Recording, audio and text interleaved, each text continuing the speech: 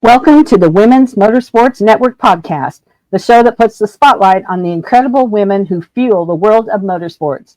From drivers to crew members, engineers to fans, and everyone in between, we're here to celebrate the trailblazers, dreamers, and doers shaping the sport we love. Each episode, we share inspiring stories of females of all ages from every corner of the motorsports universe, past, present, and future. It's a journey through the seasons of life filled with heartfelt moments, laughter, and a whole lot of horsepower. So whether you're a lifelong fan, a racer yourself, or simply curious about the extraordinary women behind the wheel, settle in, relax, and enjoy a fun and uplifting ride with us. This is the Women's Motorsports Network podcast, connecting and celebrating women in motorsports, one story at a time. Let's hit the track. Promoting a track takes heart, and now showing appreciation can be just as easy. With send-out cards, you can thank sponsors, volunteers, drivers, and fans with personalized digital cards sent right from your phone or laptop. Add a photo, write a message, and hit send. It's that simple. Unlimited sends for just $10 a month. Go to sendoutcards.com/53240. That's sendoutcards.com/53240, because gratitude builds great tracks.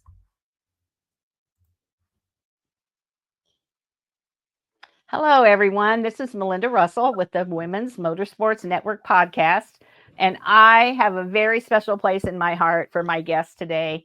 Julie Giese has been special to me since she was the leader out at Phoenix. I met her when she was out there, and I would see her every year. That's the track, Julie, that I've been to more than any other track, because my two daughters live in the Phoenix area. So, and plus 2 races a year, that was 2 good excuses to go visit those grandbabies, So, been to that track more than any track, and got acquainted with you and made friends with you and Shelly. And so we've continued that friendship. I hope you feel that way anyway. And now you're in Chicago, which is just a hop, skip, and a jump from Kalamazoo. And so I'm glad we could have you on the show today. Would you first start, though, by just telling us a little bit about yourself in case people need to get reacquainted with you? Absolutely. Well, first, Melinda, thank you for having me. It is good to see you as well. I do miss seeing you all the time at the races in Phoenix, but glad we were able to connect, and just glad to be able to chat with you today. I mean, my background, I grew up on a dairy farm. So my family are actually, my brother is still on that dairy farm in Wisconsin, and I went to school for agriculture. So I am putting that degree to great use in my current role.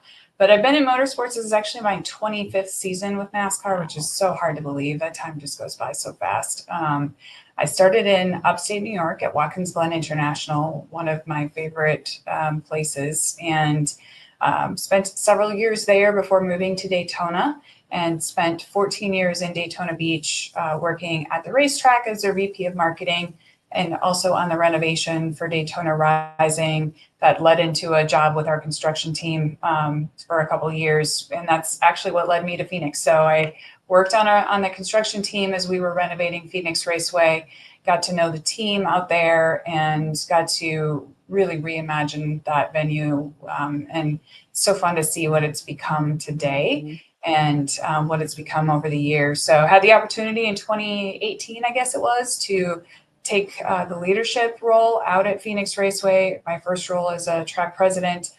Really thought I'd probably finish my career in Phoenix Raceway. Out there is just beautiful, but we started working on this neat little project in downtown Chicago that's close to home, and the more I learned about it, the more I was like, this is something that I felt like really suited me. And it got me closer to home. So I moved to Chicago 3 years ago now. And it's hard to believe it's already been 3 years. But I've been living in downtown Chicago, enjoying everything that this great city has to offer, and running the street race every July. Yeah, and we're going to talk probably quite a bit about that street race, but it hasn't been easy. No. No, I mean, anytime you do something that has never been done in the history of our sport, which every time I say that, it just still like makes me really like take a step back and think first how grateful I am for the opportunity and how humbling that is. Like, I mean, this is a sport that's now what, 76 years old Yeah. and or 77 years old, I guess, this year. Like and to be part of something that has never been done before, Yeah. that's incredibly special. And anytime you're doing things like that and it changes difficult. It's a process, and doing it in downtown Chicago definitely added a different layer. But the city's been tremendous. We've learned so much, and it's been just a really great platform to showcase what a sports team or a sports entity and a city can do together to showcase both how great the city is and how great our sport is. Yeah, and it's not your typical out at Chicagoland Speedway, okay, in Mhm. Joliet. I mean, that's like going to Michigan or wherever. You had to start really from scratch because you had to plan the route and figure out how to keep everybody safe and what streets are you going to close, which I'm sure was a huge deal. Like I was telling you before we started, my cousins live in a condo downtown, and they didn't even know what was happening until I told them. And the people that live down there probably weren't 100% excited, but I'll bet after they saw those cars running around their buildings, they got more excited. Yeah, they did. And I think that's the thing that's been really one of the most rewarding parts about the role is to see how everything has evolved over the first, now going into our third year. That first year, again, lots of questions, lots of uncertainty, which I completely understand. Again, there was no proof of concept. Like, this had never been done before.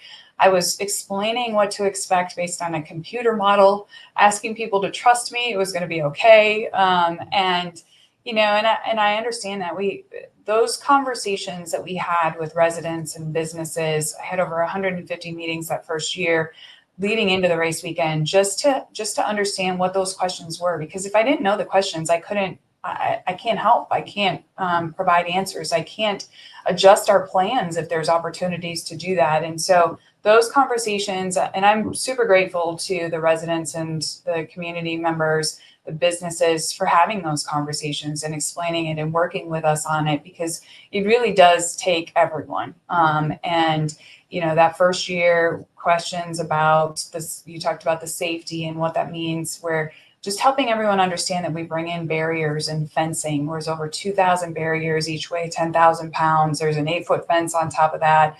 That we're going to do this in the right way, that safety and security of everyone in the footprint and around the footprint is our priority. Working closely with Chicago Police Department, Chicago Fire Department, the Office of Emergency Management and Communication, and so many other city services to bring this event to life. It's been definitely a learning process, but it truly was a blank sheet of paper. And while we had a general plan, like, it was really created with so many individuals, not just the team on NASCAR that was working on Chicago, the great team we have here in Chicago, but it was really our community partners. It was everyone around the city leaning in, providing feedback, offering support, that made that first year such a success. Yeah, and it seems like if it could go wrong, it did as far as the weather, and and those are things out of your control. And so the fact that you obviously had a lot of things in your control that you were able to manage and change and do, um, made it a success in spite of that drenching downpour and basically a 100-year rain and flood in Chicago. Yeah, 9 inches of rain on race day. I mean, you just can't even make that up. No. And yes, there were times during that day where we were just like, I don't know if we're going to be able to get this in. And Yeah. that is really where that partnership with the city of Chicago became so critical, because obviously there were all the contingency plans. You do a lot of the what ifs leading into it, the tabletops, the planning, plan for the worst, hope for the best, right? And a lot of those things were coming into play.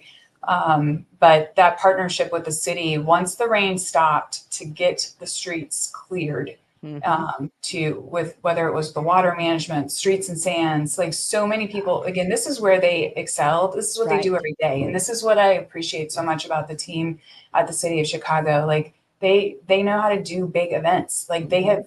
There's nothing that they haven't worked through, and so we really worked closely with them to be able to bring that event and get those race cars on the track. I remember watching interviews after, and drivers were like, "We're doing what? We're going racing, okay." And then the racing was phenomenal, and so at that point, then everyone's tuning in and they're watching this amazing race. Shane Van Gisbergen, who has like put on a clinic in the rain, and the best part about it was, and I've heard this from so many people, is that night, the time, like we were starting to run out of daylight and the sun was setting, and that sunset was the most beautiful sunset over the skyline that year. And it made this city look so beautiful. And that is the one common thing that I have heard from Chicagoans, whether they attended, whether they watched, whether they were supportive or not, they were opportunity to do. And I love like looking back on that. Despite everything we had thrown at us, it was the most watched race since 2017 on NBC. We surpassed our economic impact projections. The media value was over 24 million. I mean, just all the deliverables in spite of 9 inches of rain. Right. And that sun, when that sun came out, it was almost like job well done. It was kind of like, the icing on the cake in a way, that you had persevered through so many things. Your team, the city of Chicago, all their people, and then the sun is there and it's like, yeah, job well done. And that's just kind of gets you right here, doesn't it? It does. And it's funny because we talked so much leading into that race, and it's something that I actually have Post-it note on my screen, just reminding myself to worry about the things that I can control and control the things that I worry about. I can't control the weather, but I can control how we respond to it. And I think, having that perspective, but I remember that night at the end of the race, those last 10 laps where SVG was coming through the field, and like I was standing where the victory lane area was, and we had fans on both sides of the course. And every time those cars came by, man, they were cheering. It was this amazing like stadium feel where the fans were just electric. And when the checker flag flew, it was just this moment of, okay, we did it. And to see the elation on the race team, to see the fans on both sides, just absolutely, like no one left. And it's funny, one of a media person said to me, this was the first time after a rain delay that they saw people leaving and they were dancing. Like people were just, it was like, despite what we had all just gone through, it was a pretty remarkable way to end the weekend. Yeah, it really was. And, I was watching it on television, and all those people with their rain gear, and they were standing in the rain, and it was like nothing was going to make them leave. They're like, I bought my ticket. I don't care. I want to see this race. I'm staying. And you don't see that at many tracks. No, and the other beauty of that was we're right downtown. So while you're waiting out the rain delay, so many of our fans went over to the restaurants, to like the attractions, like they had things to do. They weren't hanging out waiting. They were 5 minutes away from the course. And so that was another benefit that I heard from those fans afterwards, that were like, hey, I just went and hung out at the local restaurant. We had some drinks. It was great. And then when we heard the cars were going to go on track, we just walked right back over. Exactly. Yeah. Not like the year that I sat under the bleachers in Phoenix when there was a rain delay and it was cold and I had to go buy a sweatshirt, and it was like, this is Phoenix. What's happening? I know, a rain delay in Phoenix. There was something wrong with that. And it was cold. It was like, what the heck's happening here? But anyway, yeah. So you just never know. You have to be prepared when you go to the racetrack. I don't care where you're going, for sure. Exactly. Yeah. So year 2 went better. You've been through it. Now year 3's coming. Are we going to see any changes? Is the route the same? I mean, I'm assuming it is, because that makes it easy for everybody. But tell me what to expect in this year. So for us, the beauty of a temporary course is we have the ability to really reset where needed, on what we're building, when we're building it, how we build it.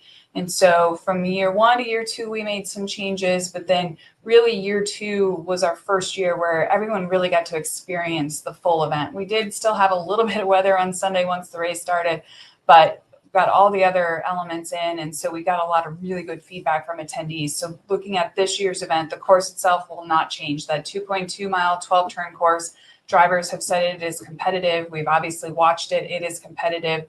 So we're not changing that course at all. What you'll see is some changes to some viewing structures. A few pieces of feedback we got was putting some of that premium hospitality as close to the entrance as possible. So we've got most of our seating and our premium hospitality right around Buckingham Fountain, right inside the main entry area. We still have seating on Michigan Avenue, but one of the other pieces of feedback we got and requests was single day reserve seats. We were selling everything as a weekend in the past, but it's a holiday weekend. You may not be able to attend both days. So those seats along Michigan Avenue and along Congress Circle are single day seats. And then grounds passes. So in the past, we were calling those general admission viewing. It was really kind of standing room only, walk around, see the course from different vantage points. We got a lot of feedback from GA ticket holders that they wanted more viewing areas. So again, by really focusing all of the build area, the built structures around the fountain table, it allowed us to free up a lot more grounds pass viewing. So all that area between turns 1, 2, 3, on the south side of Balbo, so around Lakeshore, DuSable Lakeshore Drive, all that's grounds pass viewing. And then we have some additional grounds pass viewing inside turn 7, 11, and now 12 as well. So a lot of changes from that perspective. We have lowered ticket prices, again, based on the feedback from people. We still have that high-end hospitality if that's what you want, but now tickets start at $99. Kids 12 and under are free both days this year. It's one of the things I'm probably most excited about. We had kids 12 and under free. We tested that last year for Saturday, and we had so many families at the event. It was so fun to see. So we were like, you know what, we want this both days. So kids free both days. And then last but not least, we've kind of changed up the concerts. We had the concert previously closer to turns 4 and 5 down on the very south end of the footprint. We got a lot of feedback from fans that that's a lot of walking. So we are putting the stage right on the start finish line, and we'll do a post-race concert, a full concert set from Zach Brown Band Saturday night, and then do an enhanced pre-race ceremony on Sunday, which is now a 1 o'clock start, a little bit earlier start time, give us a little bit more room. Hopefully that means no weather. It'll be a beautiful day. We don't need that extra time. Right. And, honestly, Julie, that's a better start time for all of these cup races, but that's a personal opinion. But that's a great time because that's 2 o'clock Eastern and you're going to be starting at 1 o'clock. That's a perfect time to start that race. Yeah. All the feedback to everything we've adjusted this year has been nothing but positive, and excited for everyone to get here to experience it. Yeah, absolutely. I may have to get there. I haven't gotten there yet, and I'm afraid I'm going to miss it if I don't get my butt there this year. So you need to. Yeah, it's an easy drive. It is an easy drive, and I could even ride the train. So yeah, it would be super easy. So now, how about tickets? Are they? I'm sure I know they're on sale, but are they sold out? Not yet. Plenty of tickets. So grounds pass, there are tickets available. We do have, for the most part, all of the different types of experiences available. You can get them online. You can see all the things that we have to offer at NASCARchicago.com. And there are several of those seating areas, especially where we're starting to get close to capacity. So if that's something that's of interest to you. One note too that we added this year is with that grounds pass, again, it's standing room only, walk around, but you have the ability to bring in a camp chair without the bag if you want to, or if you don't want to do that, we're going to rent them here this year. So just like when you have those bleacher seats and you can get the seat backs, we will actually have those with camp chairs. So if you want to be able to just, grab a chair, sit at different, either at one turn or move around, that will be available as well. And Of course, make sure you get your racing electronic scanner so you can listen to your favorite driver while they're racing the course Absolutely. as well. I love that you're going to offer the chairs because, you know, for me, I would love to be able to take that chair Yeah, and see it from different point of yeah, view. And yeah, that's amazing. What a great option for people. So I love yeah. that. We're looking And forward to that. you've got to have your headset because you want to hear the drivers talk to the crew chief and all that and the spotter. That's entertainment alone It is. when you It is. have those on. It's like my favorite part about the race, and I think our Uh-huh. team gets like they get tired of me talking about it. I mean, I'm a race first and foremost. I'm a race fan. Like I Right. grew up a race fan. I love our sport, and I really think about it from that race fan Mhm. perspective. And when I talk to new fans and like tell them, hey, make sure that you get the racing electronic scanner or use the app throughout the year. You can listen in, and they're just like, Right. what are you talking about? And then they listen in, they're just like, that's like being inside the quarterback's helmet. I'm like, Uh-huh. yes, like it is unfiltered. And Yeah. obviously, I know like this year, Max has all those in-car cameras, and you can listen to the audio. It's the thing I think that really sets our sport apart that people don't always understand is that access. You think about the access to the drivers just on race day and everything else, which is second to Mhm. none. But to be able to truly listen to the strategy to the point Yeah. now where they're using code words and I I know. mean different things that you're just like, well, I'm curious what that means now. It's fun. It's a great part about our sport. Well, and it's kind of fun when you listen to those code words and then you see what they do, and then it's kind of fun to be like, okay, I wonder what's going to happen now. I And know. it makes it fun and a different experience that you don't have if you're watching television. I mean, they talk about Exactly. the code words, but it's not the same as listening to it, on the Yeah. headset. So I love having the headsets when you go to the races for sure. Yeah. I That's do the too. best. Yeah. So what do you think draws, when we look at NASCAR, they've done a lot of really cool things. I went to the Clash in Los Angeles the very first year. Had to be there. I was living in Arizona for the winter and wanted to experience something different. And then they did the dirt on Bristol, which I didn't go to, and I can't say that was my favorite thought to do, but they're trying different things. And then the Chicago race. This is totally um, out of NASCAR's comfort zone, I guess you could say, if we're thinking about NASCAR telling our friends about it, they don't understand that we're not just going in circles, right? And so, what do you think it is about the Chicago race that's drawing so much interest? I think it's a couple things, and you talk about the schedule innovation from our leadership team led by Ben Kennedy, and that is, to continue to think outside the box. And for us, it's about how do we continue to bring our sport to new audiences, make it as accessible as possible to those new audiences. You mentioned earlier racing in Joliet. And so we had raced for 20 years in the Chicago DMA. Joliet is an hour outside downtown. And that really that covered this DMA. And now living here, I understand downtown versus Joliet is very different. And so for us, asking Chicagoans to go to Joliet or placing a race in their backyard, making it even more accessible than Mm-hmm. ever, are two different things. And Yeah, so I think certainly always like for 20 years, great crowd out of Joliet. They put on some great races. This event really for us is about that introduction to our sport. So when you look at that year one, we had over 80% of our attendees were at their very first NASCAR race. And I mm-hmm. think, Melinda, like, and if you bring people to the races, the first thing they're like, I get it now, or oh my Yep, gosh, I had no idea. This is yep. amazing. If you can get them there and have them Mm-hmm. experience it, it is such a sensory experience that it's hard. Like again, television, our partners do such a great job broadcasting it, but it's different Not when the you're same. there. And so that's really what this event is about for us, is just continuing to open ourselves up to new audiences. Mm-hmm. Obviously, Chicago, a very diverse city, and introducing us and putting NASCAR in a spot that is unexpected. And Right. You talk about the street course, the location we're in. I I would think it would be hard to find anything as beautiful as Grant Park. The skyline, the lake, the Buckingham Fountain Museum campus, the Art Institute, Michigan Avenue, DuSable Lakeshore Drive. I mean, we are surrounded by beauty and iconic visuals that you just don't get anywhere else, in my opinion. And so I think that's the other piece to this. Whether you're attending in person or you're watching on television, like you see Chicago and you're like, man, that is beautiful. Like I had no idea that, just like I had no idea NASCAR was like this. I had no idea Chicago was like this. I want to attend. And so that's really, I think, what this event is about. It's continuing to just make our sport as accessible as possible and really do the same for Chicago.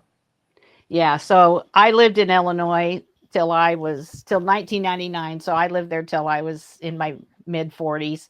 And we always used to laugh and say there's Chicago and then there's the rest of the state. Okay.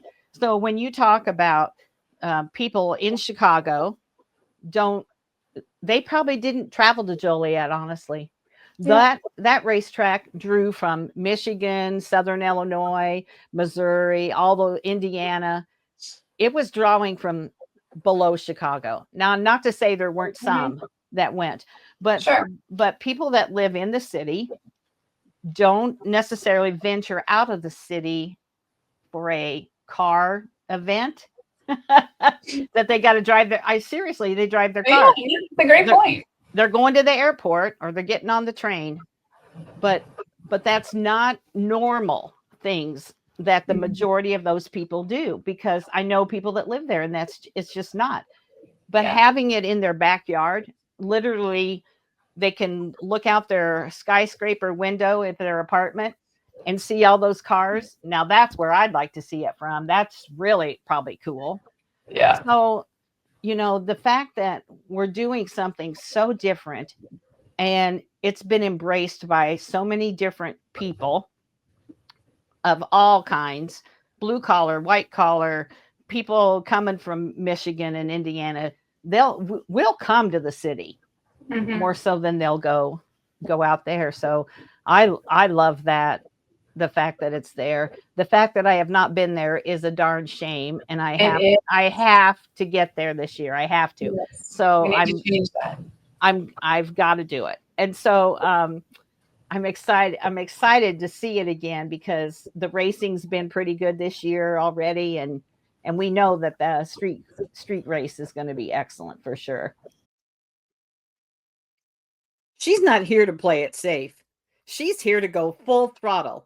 Go Fast Girls is more than a brand. It's a movement for girls who race hard, dream big, and leave the boys in the dust.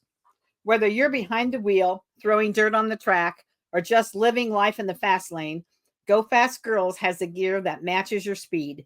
From bold tees and hoodies to hats and accessories, we're built for the girl who's all about horsepower and hustle. Young racers, weekend warriors, or seasoned pros, if you've got drive, you've got a place with us. So throw on your Go Fast Girls gear, tighten that helmet, and show the world what fast really looks like. Shop now at gofastgirls.com. That's gofastgirls.com, where fearless meets fashionable. Go Fast Girls, fueled by passion, driven by girls. Yeah, honestly, that's, I think, the thing. Again, when you worry about the things you can control, I can't control the racing, right? But our competition on the track is second to none, as we've known. I mean, we've seen that over since the introduction of this next gen car. Like, it has been ultra competitive. The drivers just put on such a good show. I mean, yesterday watching like Talladega, like 4 wide, right? Like, I was like, oh my gosh. Yeah. I was just waiting for the big one to happen. It was like, how can it not? I mean, having worked at these tracks and seen this, it's amazing to me. And again, this is my 25th year in our sport, but like watching that yesterday, it's just like, these are amazing athletes, and to do what they're doing for this long, and I mean, bringing it back to Chicago, like how competitive that race has been. People were worried, can they pass? Was it wide enough? And I mean, looking at the battle last year in the Xfinity Series race between SVG and Kyle Larson, like they were side by side for for laps, and they put on a clinic. And so it's been really fun to see because, as you know, I mean, competition is our number one. Like, we want to make sure we are the most competitive sport, and we want to make sure our drivers feel like they can be competitive. And so that's part of why we don't want to change the course. I mean, it has proven itself to be competitive and gives them the opportunity to make passes when they need to. Yeah, for sure. So now it'll be the Xfinity on Saturday and the Cup on Sunday, right? Yes. And on Friday, will there be anything like practice or anything they can watch, or it'll just start on Saturday? It'll just be a 2-day event again, and that's for a couple reasons. One, we want to continue to be good neighbors. We committed to keeping on-track action to Saturday and Sunday. And then there'll be different community activations throughout the week, like we have done in the past, different events, whether it's with YMCAs. We are working with the NASCAR Foundation on a few programs. Our partners at the Chicago Sports Commission will do some different events. So there'll be a lot of events throughout the city leading into that weekend. And then on Saturday at, I believe it's 9:30 a.m., gates will open and we'll go on track at 10. And then we're off and running. As you mentioned, that Xfinity Series race is Saturday. We'll have the Zach Brown Band concert immediately following the end of that race. And then Sunday, a pre-race show leading into the Cup race. Yeah. So if you buy a ticket to the Saturday race, does that include the concert? It does. So the concert is included in any of our tickets. So if you buy a weekend ticket, obviously you can come in Saturday, Sunday. But even if you buy a Sunday only, you can come in following the conclusion of the Xfinity Series race to be part of the concert. The concert's a really important part. Like, one thing for us, I mean, we are a race that's first and foremost, like, you're going to see cars on track, you're going to see racing action. But we really wanted to lean into the things in Chicago in the summertime that make it so fun. And whether it's that street festival experience with food vendors and culture, you'll see that wrapped throughout the footprint. Then also music. And so we wanted everyone to be able to participate in that concert. So we've been able to work again on kind of how we've done the layout so that if you buy a Saturday ticket, you can stay for the concert. And if you buy a Sunday ticket, you can come in following the conclusion of that Xfinity Series race. That's really nice because a lot of times that wouldn't happen. And so the people that are coming maybe sometime on Saturday to be there for Sunday, then they can come to the concert. So that's pretty cool offering right there. So what fun. It is. Plenty of food vendors around, right? Yes. Yeah. So, and again, this city, there is no shortage of amazing food in this city, like phenomenal food. And so that's one of the things that you'll see throughout the footprint is very authentic Chicago food and local restaurants represented. And, you know, we've got partnerships with Garrett's Popcorn again. So you'll see some of those very much traditional Chicago traditions that you need to have throughout the footprint. You got to have Chicago pizza and a Chicago hot dog. There's just two things you got to have. And then the popcorn is your dessert for sure. I love it. Absolutely. Yeah, I love it too. So what else can you tell me? I feel like we've covered a lot about that race, but why would you tell me why I need to come? What am I going to take home with me? I think you're going to take home an experience like you've never had before, for whether you've been to 20 NASCAR races or it's your first. There's nothing quite like a street race. And I remember when we announced this event, Jimmy Johnson, 7-time champion, he had a really interesting perspective on street races. And obviously we hadn't done them in NASCAR, but during his time in IndyCar, he got to experience them in St. Petersburg as well as Long Beach. And hearing him talk about, there's nothing quite like that experience where literally you walk outside the hotel, you walk a block, you're at the course, and you are literally in the heart of the race. And this experience, it's electric around you. All these people coming together, you're in this amazing location, photo op galore, and a race breaks out. And the competition, the intrigue, like, again, it's been really fun to see how much people, attendees, as well as those residents that live on Michigan Avenue, have embraced the race itself and are really wanting to learn more about our sport. And it's been fun to have those conversations where they're really trying to learn more, asking questions about what they're seeing on the track. I mean, they are like watching every minute of it. And it's definitely a social experience, but it's been really fun to see how much they have embraced the race itself. But really, we work hard. We want to make sure that there's something for everybody. So I mentioned kids free. So we have a really great kids zone in partnership with our event experience team that travels to a lot of our different races. You talked about the food, the culture, the merchandise for this event. Our partners at Legends do a tremendous job on that. And really, it's been fun too, because even from a partner activation perspective, this is a very non-traditional location. So a lot of the displays that they would bring to a Phoenix Raceway, we can't bring here because we have weight restrictions or size restrictions. And so it's a really unique experience, even on the fan activation side of things, where our partners are taking a different approach, a more unique spin. When you go to the Toyota display, there may be some elements that are similar to what you see when you go to Phoenix Raceway or Daytona. But a lot of it's different because, again, this is a different experience overall. So whether you've been to one race or 20, you have never been to a street race, and I guarantee you will absolutely enjoy it. Well, and one thing that I've noticed from there's been several times I've been fortunate enough, and one year I even had a hot pass, and so I was fortunate enough to be able to be inside, and you could stand next to somebody, and they're asking questions of their buddy. Well, what's that? What? And so, as a fan, and I would just butt in and say, well, this is why they do this, and this is why they do that.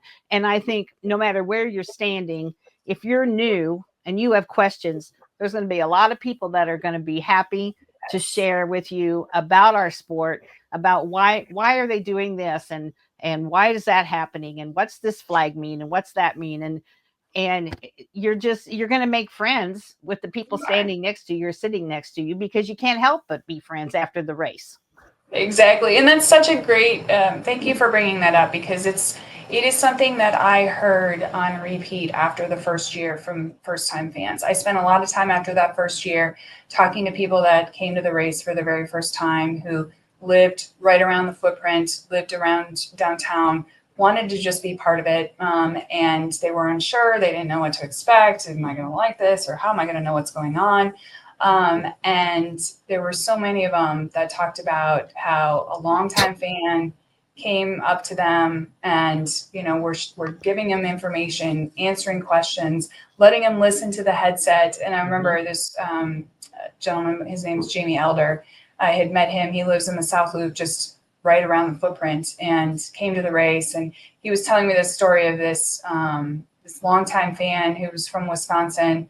I think he was wearing Kevin Harvick gear. He was watching from DuSable Lakeshore Drive. He had picked up this little girl who was at her first NASCAR race, had no idea what was going on. He's holding her, put the headphones on her, and explaining what's happening. And it was just this moment of like, that's what makes our fans so amazing. And, they not only are there to watch a race, but they pride themselves in being ambassadors for our sport too, right? And like helping new fans. It's not always easy to understand all the ins and outs of our sport. And our team has talked a lot about that. We have so many new race fans that are attending this event. We need to approach all of our content on how we promote it, to what we're talking about on the public address system, to the information we're putting on the video boards, and doing it in a way that doesn't, isn't like our avid fans are like, of course I know all of this, but using those avid fans to be the voices of some of that and explaining some of it. We did something really fun last year in the PA booth, again, in the spirit of that, wanting to make sure that we were answering questions that new fans would have. So we brought in a new fan, Gene Honda, who's the voice of the Chicago White Sox. He was one of our PA announcers. He was new to racing, and he played that new fan role on the PA, and it was fantastic. We had him in there with some of our longtime PA announcers, and just that education alone between like those announcers was tremendous. And so that's something that we spend a lot of time on, is making sure that we're a good bridge. We're not Right. sharing, we're not dumbing it down too much where our avids are like, okay, come on. But doing it in a way that feels very authentic. And, even longtime fans might learn something. Well, that's true. And as a race fan, I want everybody to love racing the way I do. And so I love talking to people who haven't been there before or kids, because they have a lot of questions. And that's just, when I've been in the infield at Phoenix, which I love Phoenix. I love Daytona. I've been in the infield there. Um, Representing Women's Motorsports Network, I walk around and give away bracelets and do different things.